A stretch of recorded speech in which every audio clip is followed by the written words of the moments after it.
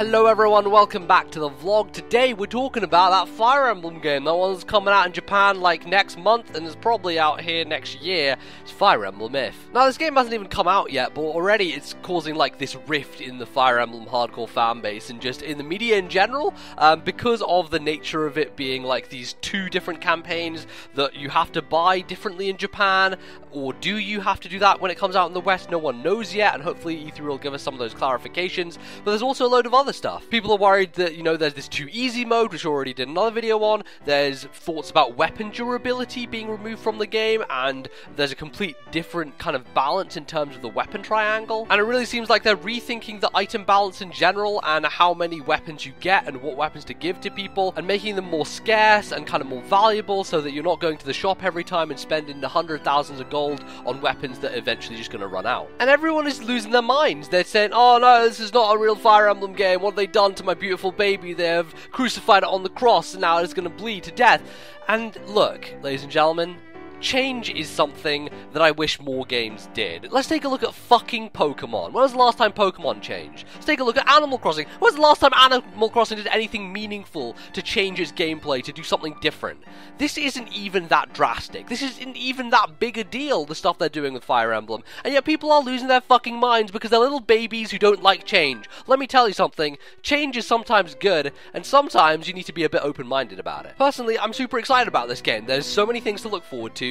It's potentially going to be double the length of what Awakening was if we have those two campaigns, added to the fact there's the third DLC one, which basically triples the length, and it's like so much content. It's so much stuff to do. It's going to be a game that I will probably blow through in a couple of weeks like I did with Awakening. In fact, I played Awakening for 50 hours in a single week, which was just, I just literally lost my life to it, but I'm sure the same is going to be done with this one. I do question if we will see it at E3 or not, and in what kind of form it will be there.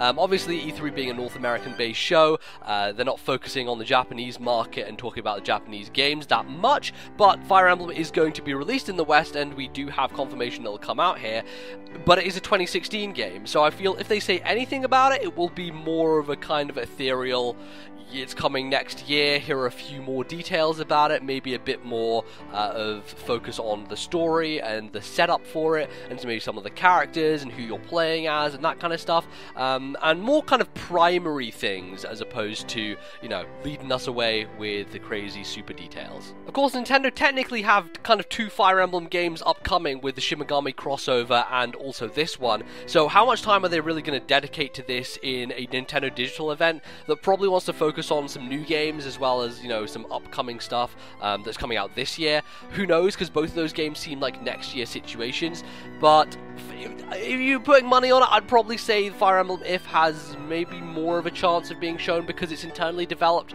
at Intelligent Systems, because Atlas is handling the crossover game more, I believe. I think maybe both companies are working on it, but Atlas has more of a control over that thing. I'm not sure if we'll see it at the Treehouse Live. That's another component that could be interesting.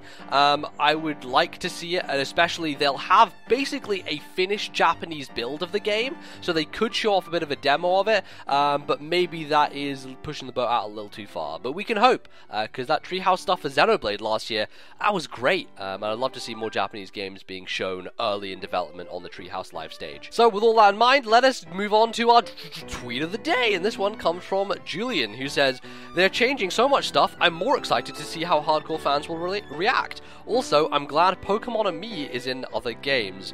I can't, no. You see, Pokemon and Me is bullshit, and it's one of the most stupid things that's ever been added to any video game, and I think it is pandering nonsense and makes zero sense and is kind of useless and serves a perfunctory function.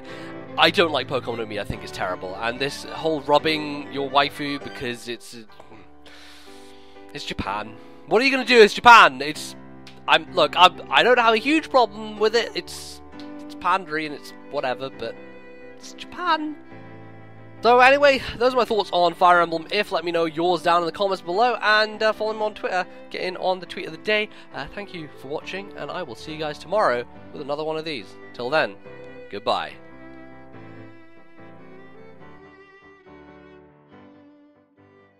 Fire Emblem is all that I play. All other games are lame. It puts them all to shame. Fa-da-da-da.